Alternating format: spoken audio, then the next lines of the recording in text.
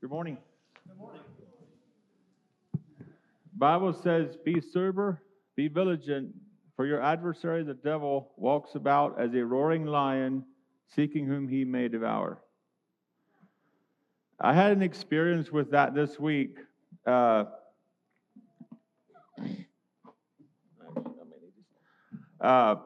couple years ago, we were sued. Actually, let me step back even a little bit further than that. So for the last probably 15 or 20 years, whenever I would see a billboard of an attorney offering his services for free if he doesn't win, I would pray against it. And here's why.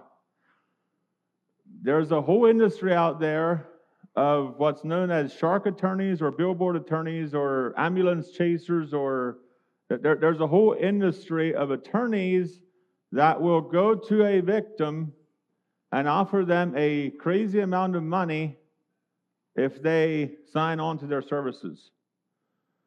And they'll build a lawsuit, whether it's true or not, they'll build an accusation to try to get a settlement out of court.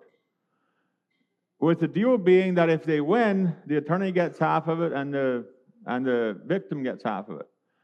And what I'm seeing is that's what the devil does to people.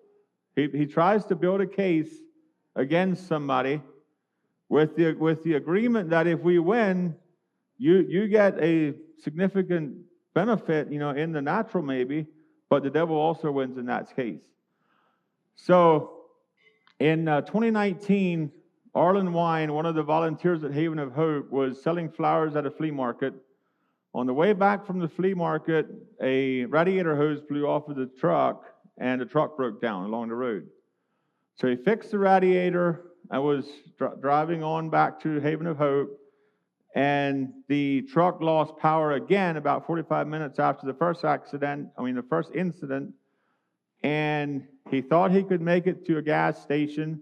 He got a couple hundred yards close, and the truck broke down and wouldn't start again, completely shut off. So he was parked along the side of the road, about half off the road, about half on the road. A guy came up behind him. He said he was doing 50 or 55 miles an hour, and he claimed he didn't see that he was stopped and hit the back of his trailer at highway speed without hitting the brakes at all, to the point where it twisted a 20-foot Belmont trailer to the point that it was unrepairable.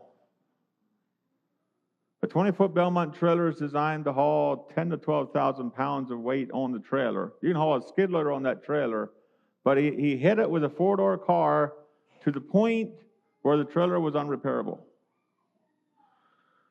2 years later, we got served a lawsuit suing Arlen Wine for $2 million because he wasn't off the road, and suing me for $2 million because I had a truck that wasn't roadworthy, because I was the owner of the truck.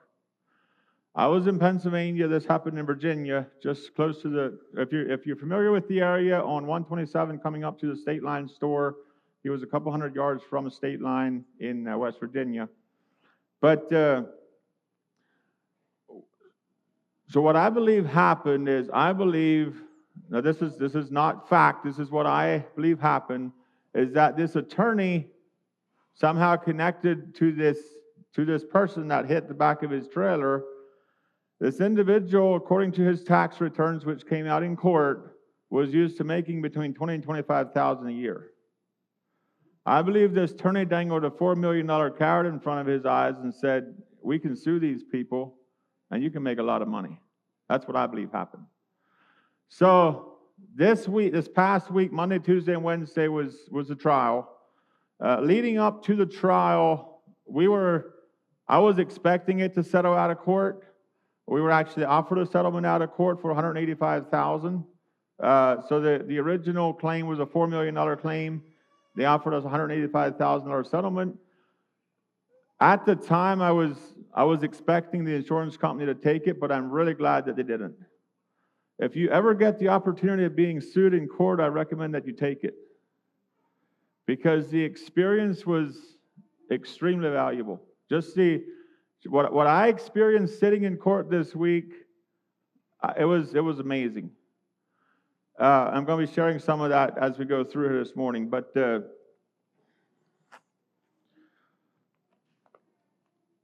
so before the court, the whole case had to be built, and it was the duty of the plaintiff's attorney, which was the prosecutor, to build the case.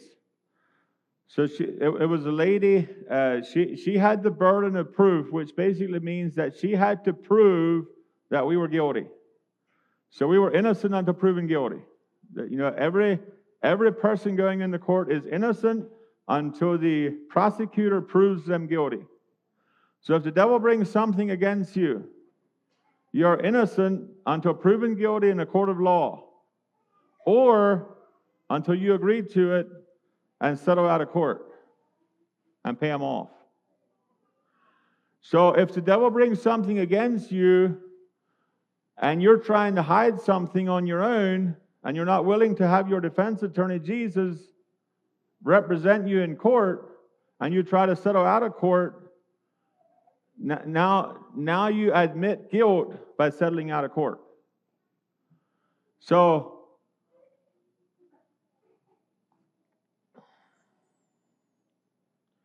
there's civil cases and there's criminal cases. This was a civil case, which basically there wasn't really any there was no fear of going to prison. Actually, going into the court case, because we were settled, because we were offered a settlement that would have been covered by our insurance, there was no liability on us personally going into court. The insurance companies are seeing that if they don't fight some of these cases, they just keep coming. And I believe it would have been cheaper for them to settle out of court for the here and now, but for the long run, it's going to be better to take some of these courses or some of these cases through trial and actually get a judgment against the plaintiff, because if you're paying out $100,000 and you just keep doing that and feeding this spirit, you just keep feeding the beast, if you will. And for that reason, I'm very glad that they actually took it to trial and you didn't just settle. If you're ever faced with a lawsuit, you absolutely need an attorney. You need a defense attorney. If you're coming before God, you need a defense attorney. So our insurance company had 2 attorneys there, and then Arlen's liability insurance company had 2 attorneys there. So they had 4 attorneys defending this thing against 1 accusing attorney. And what I believe happened there is they were going to make sure that they have all their bases covered, because they recognize that the insurance companies are recognizing that if they don't address this thing head on, it's just going to keep getting worse. There was multiple times. Well, actually, I'll get to that here in a little bit. So before the trial, basically the whole case was built before the trial. All the details that were allowed to come out in court had to be disclosed. All the witnesses had to be disclosed. All the accusations had to be disclosed. On the defense then had to give a response to the accusations. And Arlen and Wine had to go in for a deposition. I didn't have to do that, but Arlen did, where they, for about an hour and a half to 2 hours, under oath, they would just interrogate him. The prosecutor did. And this was all recorded and all transcribed word for word, what the questions were and what his answers were. And then the prosecuting attorney brought some of that up in court against him, some of the stuff that he said, and it was just really interesting. So the Bible says that there's nothing in secret that will not be revealed, and nothing hidden that will not be known and come to light. And we can try to hide things, we can try to whatever, but but it's going to come out. Another thing that my attorney told me, so that I had an attorney that was assigned to me, we had an attorney that was assigned to Arlen, and then we had two attorneys sitting in the back of the room that were with Arlen's liability insurance company. In case it goes against him, they wanted to know what the case is. But my attorney told me beforehand, he said, when you're on the witness stand, don't use more words than you need to answer the question. Answer the question, but do not give extra words that you don't need to give. Because what happens is if you start explaining your answer, now you're fair game for the prosecuting attorney to, okay, what did you mean by that comment? And then you dig into, okay, what do you mean by that? And it's that rabbit hole where you just can, whereas if you have a question and you answer it and then you shut up, now, if they keep digging, my attorney will object to that, and the judge will shut her down. So, my responsibility on the witness stand is to answer the question that I'm asked, and that's it. So, if the devil's bringing something against us, answer the question, and let your defense attorney handle it based on your answer.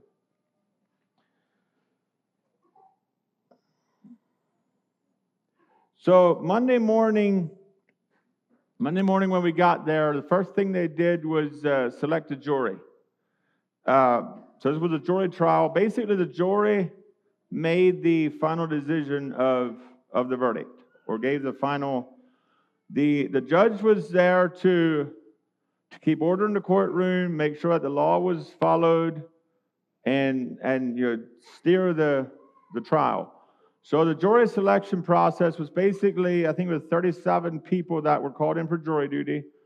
And then the plaintiff's attorney would ask them all kinds of questions, such as if any of them are medical professionals, if any of them are licensed professionals of any kind, if their religious beliefs would hinder them from passing judgment if the defendant would be found guilty, if there's anything that would hinder them from staying focused the next 3 days, and all kinds of questions. And then the defense attorney had a turn to ask any questions they wanted to ask. And one of the questions that my attorney asked was, he said, were you ever broken down along the side of the road to where you couldn't get off the road completely? And about half of the people raised their hand. Yeah, they were. Then he said, were you ever hit from behind, and the person that hit you sued you? And you just sort of see their eyes rolling, and then the one lady started talking about how she got hit behind and how she took that person to court and sued him, whatever. And he's like, no, that's not what I said. I said, were you ever hit from behind, and the person that hit you sued you? And they're like, no. And he said, no further questions. So basically what he was doing is he was telling the jury, this is the situation. And so that was about a 3-hour process of, so after the initial round, or after the questioning, they went out. The judge had about 6 people that he had 4 strikes against that he dismissed. And then the prosecuting attorney and the defense attorney had a few that they wanted to dismiss. And then we had 16 people that were eligible for the jury. And then each side could randomly dismiss 4 for no reason. So now we have these 8 people that are going to sit here for 3 days. They're not allowed to talk about the case. They're not allowed to research the case. They're not allowed to talk to each other about the case or anybody outside the courtroom. They have to sit there and listen to only the evidence that is allowed to be listened to. If there's stuff that the judge strikes from the record, they're not allowed to take that into consideration. And, oh, by the way, one of you 8 is going to be dismissed before you make the final judgment. So you don't know who it's going to be. All 8 of you are going to sit here. because that way not one of them couldn't really lead that, like say, hey, he couldn't sort of build his case ahead of time.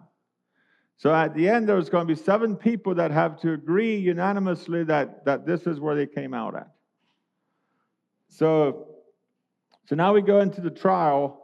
First of all, the judge lays down the rules of the courtroom. This is the boundaries that we're playing this by. So each attorney had a stack of papers, probably 4 or 5 inches thick, that had every detail of the case written out, lettered and numbered, and then they would reference different pieces of that, and it was really interesting. If you're a details person, you would definitely enjoy it.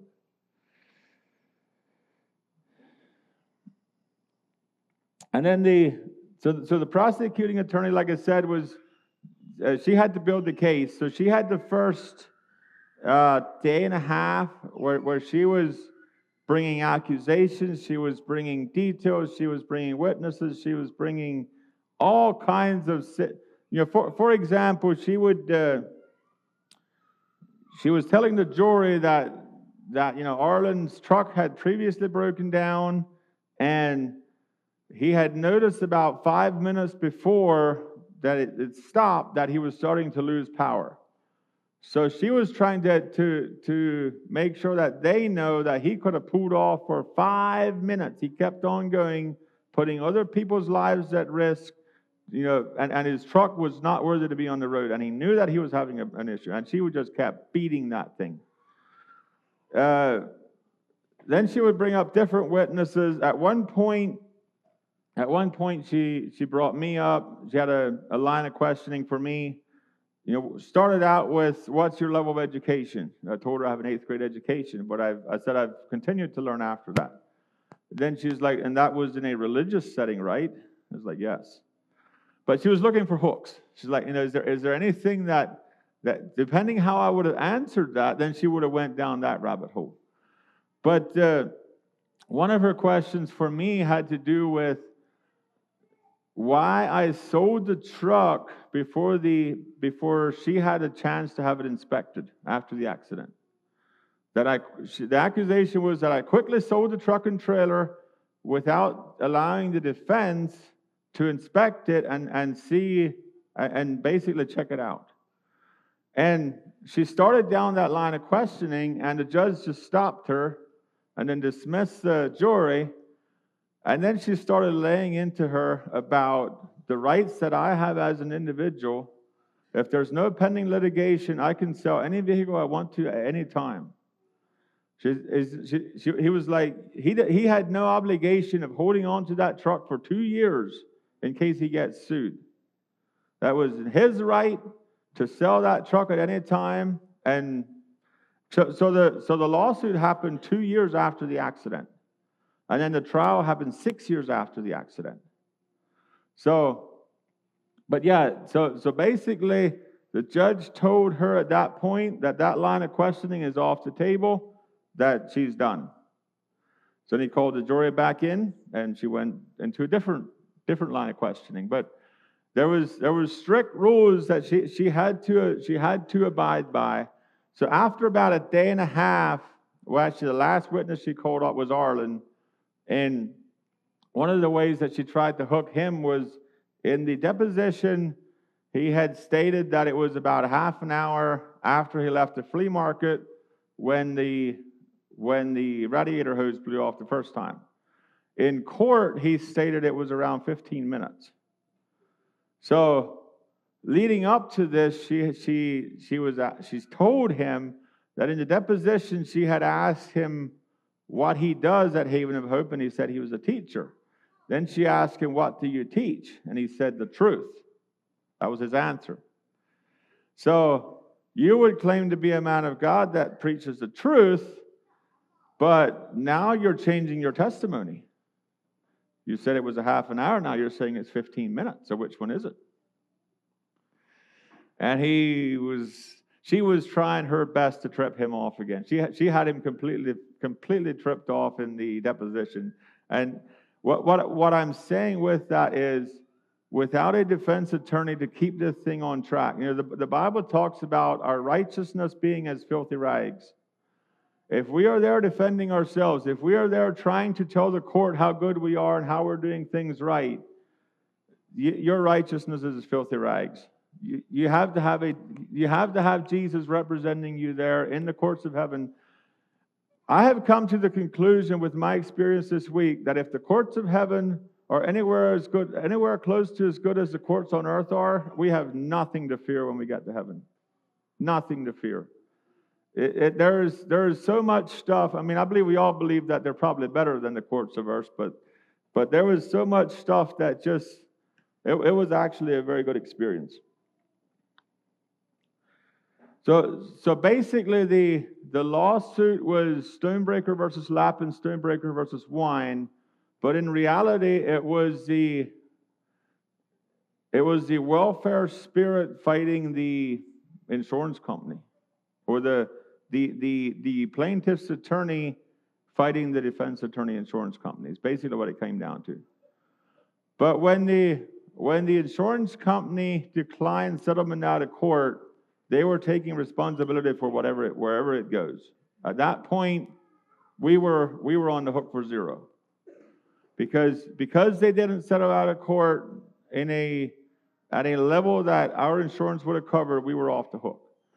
But other than the about 15 minutes that I was on the stand where I was directly being questioned, everything else was handled by my attorney. And if he had questions, he would swing back to me. We would talk a little bit, and then he would, continue to. So the neat thing about the setting is the jury was sitting over here, the judge was up here, then we had the clerk that was recording everything. There was a person in front of the judge that was transcribing word for word everything that was being said. The prosecutor was over here. And then at this table were the two defense attorneys. And then Arlen was sitting on the end of the table, and I was sitting behind my attorney. But I thought it was a neat representation of, if we can actually be behind Jesus to where the accuser is bringing our thing to Jesus. Satan is bringing our accusations to Jesus. The only way that accusations can hit me is if I step out in front of my defense attorney and take it on. The defense attorney cannot make me stay back here. He cannot make me stay quiet. But if I take it into my own hands and I step up here and I start addressing the accuser directly, now it's between me and the accuser. If I stay in my place behind the defense attorney, now it's between the prosecuting attorney and the defense attorney. They hash it out. They know the law. They know which law is, and they have their whole list of laws that they're bringing up. They had books, multiple books this thick, that were in detail every law of the state of Virginia. And they would reference different parts of the law at different times to try to figure out where this thing's going.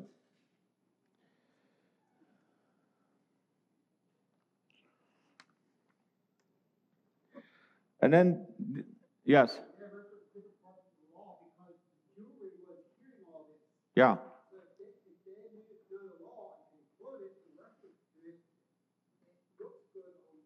Yeah. To the jury. So the jury, for these 2.5 days, the jury is sitting there, not saying a word, not asking any questions, and they're actually instructed that they're not allowed to premeditate an outcome of the case before it's over, and they go back in their room and have a discussion among themselves and decide that's what they were instructed on. Another thing that was interesting is there was two bailiffs in the courtroom, and I look to them as angels. They were there to keep the courtroom safe and to keep order in the court. Those two people were the only two people that are legally allowed to carry a gun in a courtroom. So it's a bailiff and a deputy. Even if the chief of police walks into the courtroom, he has to put his gun off before he walks in because he is not authorized to carry a gun in a courtroom. So they are, and their whole job is to keep order in the court, to carry out what the judge says. Yes. So what happens if they don't all agree? You're saying they would all 7 have to agree in the end that this is what is. What happens if they don't? They have to come back and ask questions. It's not 4 against 3. It's they all have to anonymously. It has to be unanimous vote with those 7 that this is the way they're going to rule. They had to come out as one voice. Okay. Yeah. It was, and the judge made that clear that this is not a majority vote. It has to be a unanimous vote. And can you also share what happened with the guy that he was over the road before he hit you? That what? That he was over the road before he hit. I'll get to that here in a little bit. But so different witnesses were coming out with stories that Arlen was like there. Like this one lady claimed that she lived close by and she was there before the accident. She was trying to tell Arlen to put his 4-ways on. He said they're broken. And a part of the accusation was that this big white trailer was sitting in the middle of the road, and the glaring sun was beating off the trailer, and there was no way that you could see it before you hit it. That was the accusation. Well, number one, there's a few flaws with that accusation. One is, if you're a driver and the sun is shining in your eyes, you are responsible to slow down to where you can see what's in front of you. That is a rule of the law, and a rule of the road. If you can't see where you're going, then you're going too fast. The part that she missed is in the picture that she was proving as evidence that this trailer was sitting in the middle of the road, which was halfway of one lane.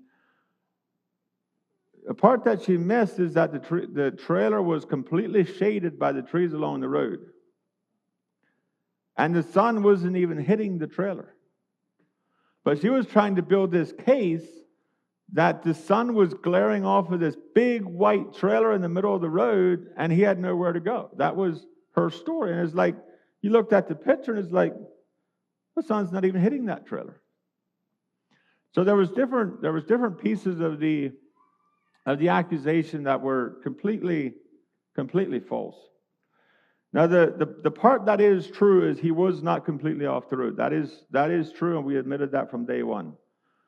But the part that was false was that this guy had no options of getting around him.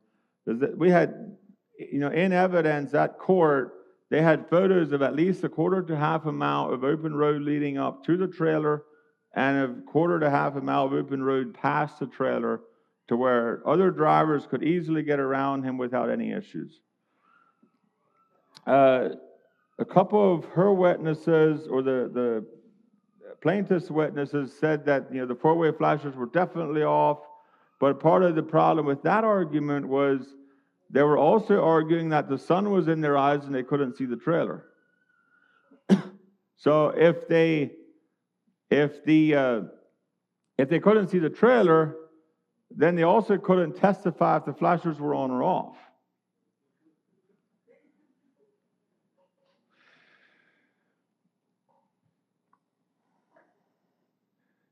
One of the things that was really interesting to me is there was no guessing. There was no, I think this. There was no hearsay. There was no, I heard this from somebody. It was like, when you were on the stand, or when I was on the stand, I had to speak what I know to be fact, and that's it. They didn't care how we felt about it. They didn't care what other people thought about it. They didn't. It was all. What did you witness in this situation? Yes. Why did you have to say facts, but the other person could lie? Well, so the question was why I had to speak the truth and the other person could lie. Well, they were under oath speaking these facts. I mean, they claimed they were facts, but we have. So that was a part of the thing, is the two sides of the so both sides could speak, right? But both sides under oath would give this is what I saw happen. This is what I experienced. Now, obviously, one side or the other was not speaking the truth. So And there's no accountability for them. that was up to the jury to decide who was speaking the truth. No, there was no accountability to people, not in the court.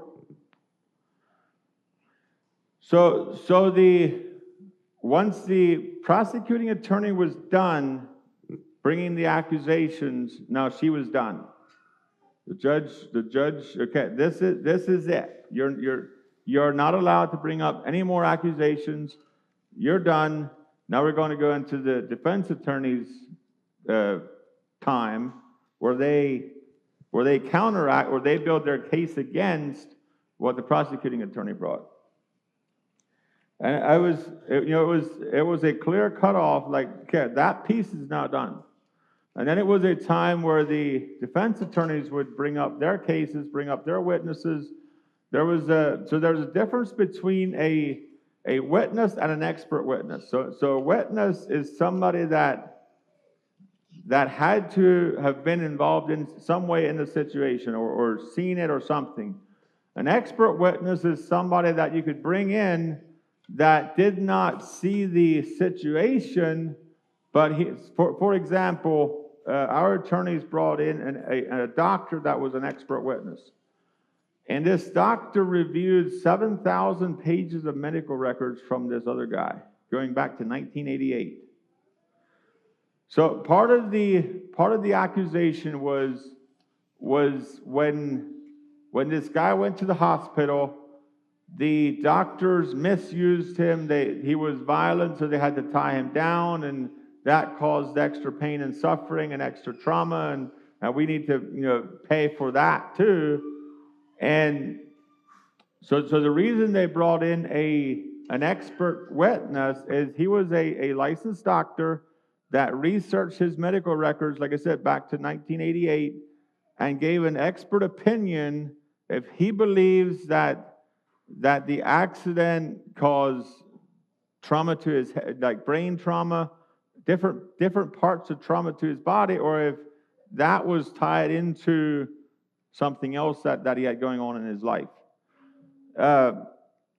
He also brought up the thing of this guy was on some medications that he should not have been driving under while he was on these medications.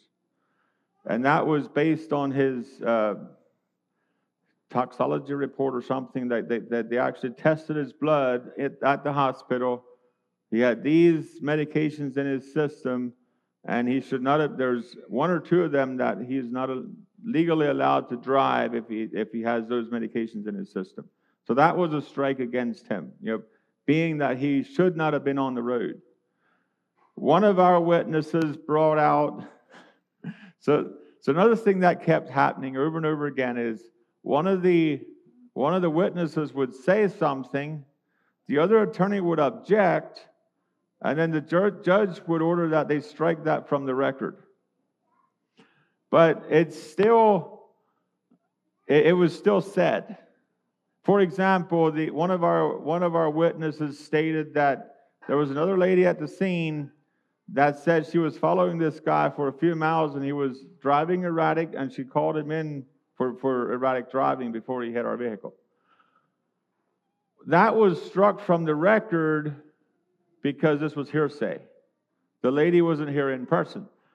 But it was still said in court as fact from the defense witness, but they couldn't use that technically because this person was not there. So that happened multiple times where one or the other would say something, the other one would object, and then the judge would rule that that's struck from the record, that they can't use that. But I'm guessing it still played into their decision, so I don't know. Another thing that happens a lot in courts is they reference other cases where if a similar situation happened before, they'll pull up that court case or reference, this is how that court ruled on this kind of a situation, and it could be for or against their argument. And see, one of the reasons that they're taking more of these cases to trial, these frivolous lawsuits, if you will, is because they're trying to build a number of cases against this kind of a thing, to where other courts can then look at this case and say, here was a similar situation, here's how that court ruled, and they can bring that in as evidence, because this is public record. I'm looking forward to seeing the report once it's finalized and filed. But there was a person sitting there that was, he said he's recording word for word what is being shared. And everything that's being shared will be on public records.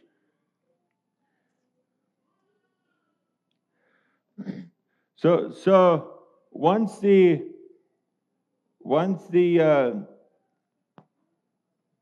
prosecuting attorney and the defense attorney were done building their cases, building their defense, now the jury had to go out, and the two attorneys had to figure out what the jury instructions are. And so jury instructions are basically 1,000-page, 500-page documents or volumes of documents that have one or two paragraphs of instructions, and they can select somewhere between 30 and 50 of these paragraphs that the jury is instructed to take into consideration when they're ruling on this case. And there was about 20 that they agreed on, that these are instructions that they're both agreed on.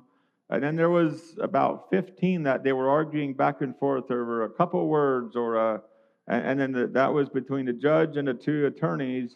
Well, actually, at that point, so after the prosecuting attorney was done, one of the first things that my attorney did is he stood up and he basically said that there's no evidence to hold me liable, that he is making a motion that I get released from the case. So the accusation against me personally was that that Arlen was an agent of me, which he wasn't. He was a volunteer at Haven of Hope, which I am one of the leaders of, but he was not working for me directly. So they had a little bit back and forth, and then the judge pulled up one of his laws, books, whatever, and he started reading.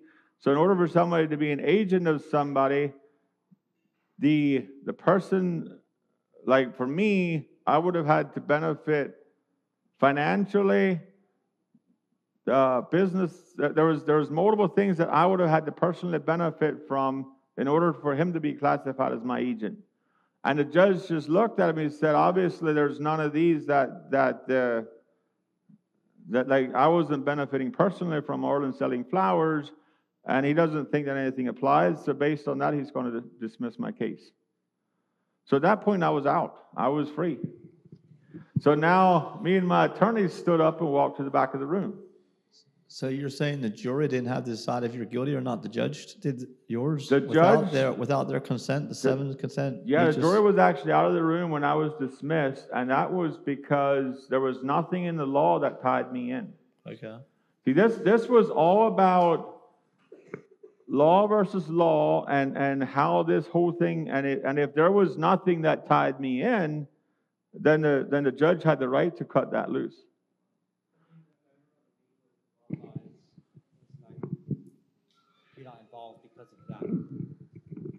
The prosecuting attorney. So the question was, if because I was the owner, if that didn't hold me liable, it was enough to drag me into the situation, but the evidence that she had against me wasn't strong enough to hold me there, basically. So the whole thing was built around specific pieces of the law and how this accusation ties into this, and then our argument against that, or our defense attorney's argument against that, and just it was really interesting just to the nuance of the detail that they would argue, and just if you think some of these religious rules are nitpicky, you should go to court. I'm telling you, there are some pretty just over one word, they could take 10, 15 minutes arguing over what that word means. Was this in Richmond, like a state courthouse? No, it was in Winchester, Virginia. Okay. Frederick County Circuit Court. So the jury instructions, the attorney, the judge was trying to get that done on Wednesday afternoon. He wanted to bring the trial to a close on Tuesday afternoon, but it took them about 3 hours, 3.5 hours to figure out what these jury instructions are. But they had 1,000 pages of documents to select from. And these attorneys had to know what these options are, which ones they're going to pull into this thing. And then there was multiples that the judge would strike as they don't pertain to this case. There was multiples that they would tweak, and it was a interesting process. And then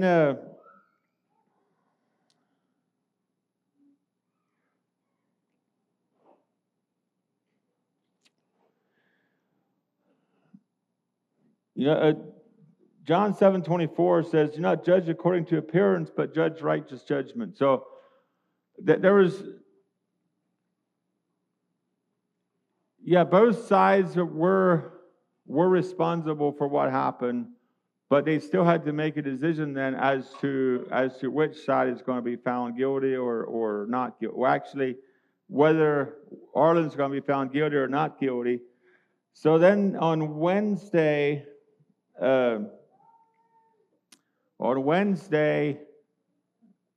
basically there was then a final arguments on both sides. Thank you. Where the prosecutor would then again try to tell the jury why they should find Arlen guilty. The defense was again, it was a 10 to 15 minute each, why he's not guilty. But when they went into jury instructions, at that point there was no more evidence being brought to the case. And I wasn't there on Wednesday morning then. I came home Tuesday night because I was free at that point, and there was no more like arguments being made. It was basically just a final verdict yet.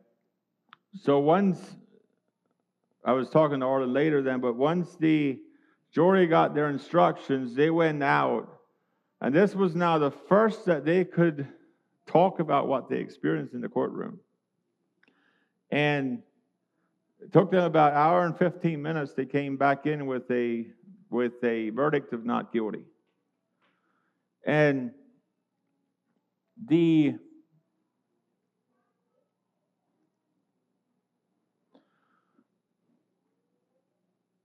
I personally believe that everybody in the courtroom knew which direction this thing was headed by Tuesday early afternoon already.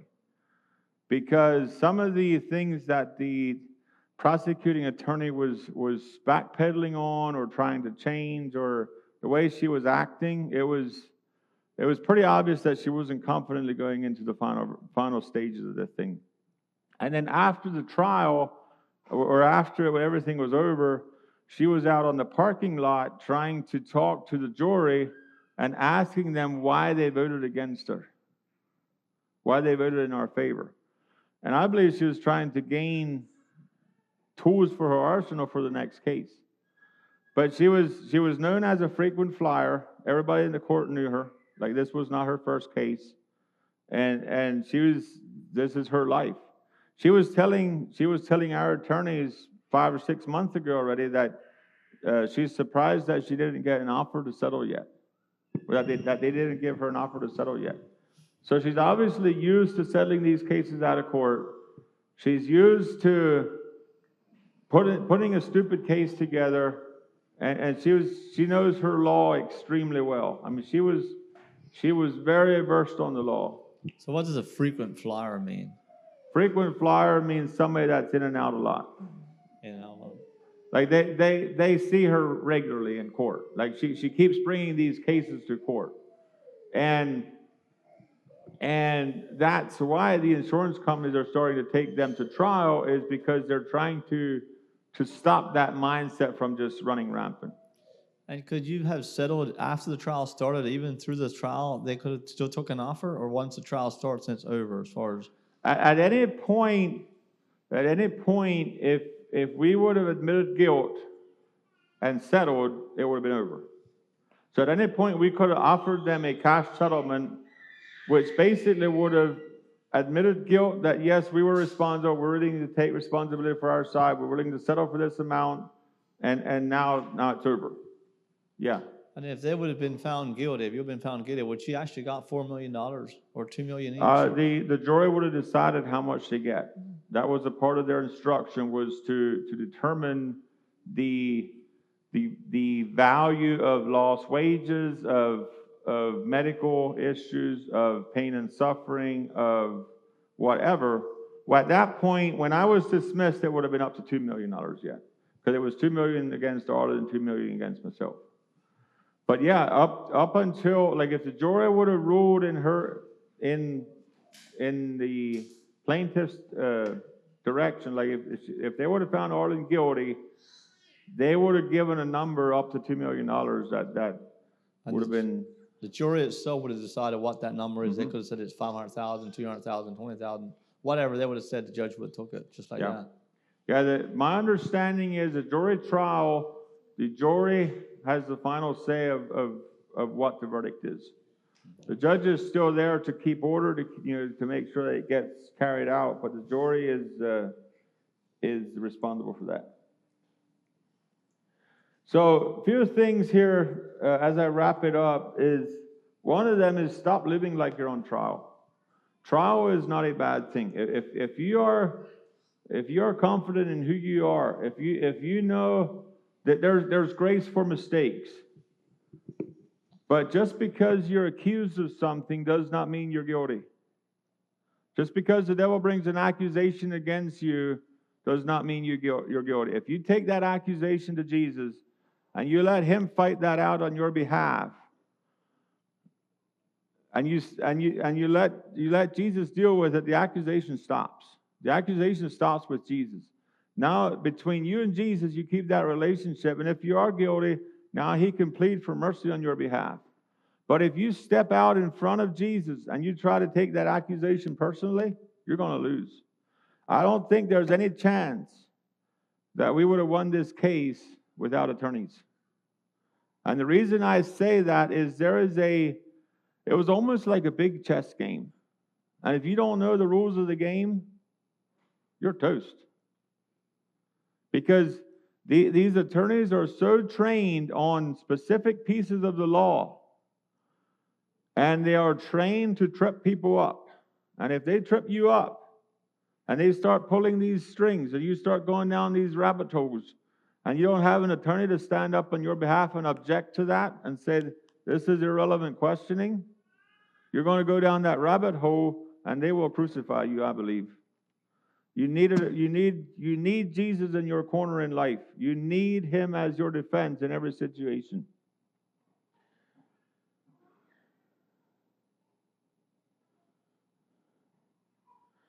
So Satan's job on earth is to accuse. But our right is to know who we are in Jesus and have Jesus defend those accusations on our behalf.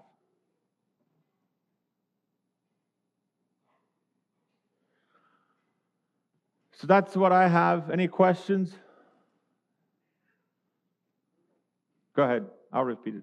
What will this do to the prosecuting attorney that she lost? The question was, what will this do to the prosecuting attorney because that she lost? Financially, nothing. I mean, basically, I say nothing. Yeah, she wasted 6 years of her life building a case that she's not going to get paid for. But legally, there's nothing legally against her for the loss. Now, there is now a strike against her record as a case that she lost. So if other people look at her as an attorney and they want to bring a similar case, she now has that strike against her that she lost this case. I believe that this was a fight between the welfare spirit and the kingdom of God. And I believe we have a legal ruling in court against the welfare spirit. That's what I saw happen. Yes. Yeah. Satan's tucking his tail and he's about ready to run. What I see is, if so, a week and a half ago, I was really hoping this thing gets settled out of court, but I am very glad that it didn't, because I learned so much just sitting there. My confidence was restored in the legal system, because they are not there to judge people. They are there to try to work this thing out in a way that's right, in a way that makes common sense. This is not something that if the judge has something against one or the other, yes, he can sort of push it a certain way, but the attorneys at any point have a right to object to anything that's being said, and then the person sometimes gets a chance to try again, or they redirect, or they at any point they have a right to ask for clarification. So my attorney told me, when I'm on the stand, I have to speak the truth. If I don't know, saying I don't know is an acceptable answer. If there's a question, if I don't know it was a certain way, then say you don't recall exactly how that happened. But you still have to give a reasonable answer. If you know it was a certain way.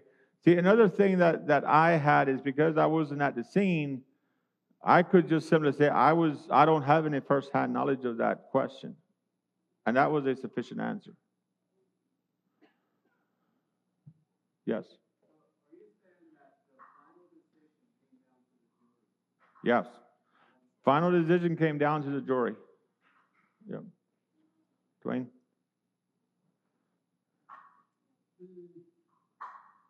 The lawyer fees. I understood that if they lost, they not pay you. Then you lawyer fees. So the question was the lawyer fees. Are you saying if the plaintiff lost, that they would have to pay our lawyer fees? No, I do not believe that is true. They don't. The plaintiff's attorney does not get anything out of the case if she lost. If we would have been found guilty, we would have been responsible to pay her fees as well. Because we were not found not guilty, I don't know who pays our fees, but I don't think she's responsible to pay for that. I think she should be, but I don't think she is. I'm not sure on that. Personally, I am not liable for $1. Our insurance company, I am guessing our insurance company is paying the attorneys that fought the case. That's my guess. Yes. Is Jesus a lawyer? Jesus is a defender. I don't think Jesus is a prosecutor.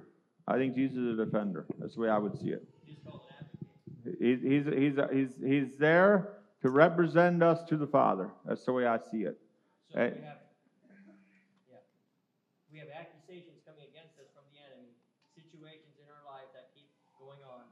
We can call up the advocate, the lawyer, and he can strike it out. Yep. So the question was that if we have accusations coming against us from the enemy, that if we go to Jesus and he steps in for us as our advocate, as our defense, he can rule, or he can then take that to the Father and either strike it out or ask for mercy.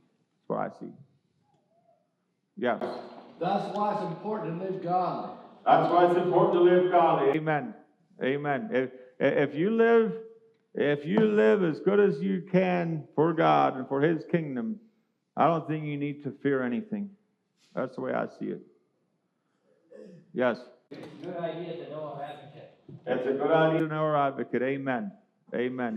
You need that relationship. You need to trust your advocate. You need to believe that your advocate has more experience in this situation than you do. Like one of the first accusations against me from the prosecutor was that I was driving this truck and I caused this accident. And I sort of like reacted to that, and my attorney just went, just calm down, kind of a thing. So I just let her talk. She went off for a couple minutes.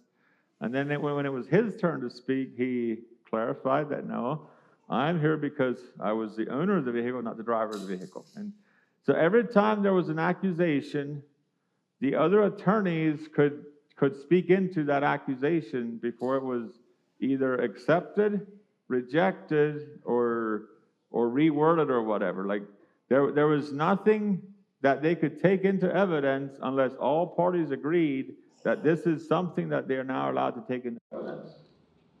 So she falsely accused her, made her look bad. Yeah, she falsely accused me, and I, sort of had to thing rise up in me like and if at that point, if I would have stepped in front of my attorney and tried to combat that, now it would have been her against me. I mean, yeah, I was right because I was not the driver, but just simply knowing that, no, my attorney has this, my defender has this, my advocate has this, and let him work on my behalf. Yeah. So why do you think they waited 6 years to bring it up? So why did they wait 6 years? My opinion, if you could drag this thing out, the witnesses will forget some of the details. And, hopefully if they forget some of the details, it'll be a little more fuzzy for the courts. I mean, yeah, how many of you remember what happened in July of 2019? Like, in detail, what were you doing that day? And, like, you know what I'm saying? Yeah, this was 6 years ago. A lot of stuff happened since that. But they have a 2-year statute of limitations where she had to file something within 2 years, but then the case was pushed out till September of 24, and then one of the attorneys, actually Arlen's attorney, slipped and fell a couple days before the case was going to go to trial, and she ended up in the hospital, I believe, and so they postponed the case and rescheduled it for August of 25. Okay, I'm going to turn it back over to Jesse. Thank you for your time.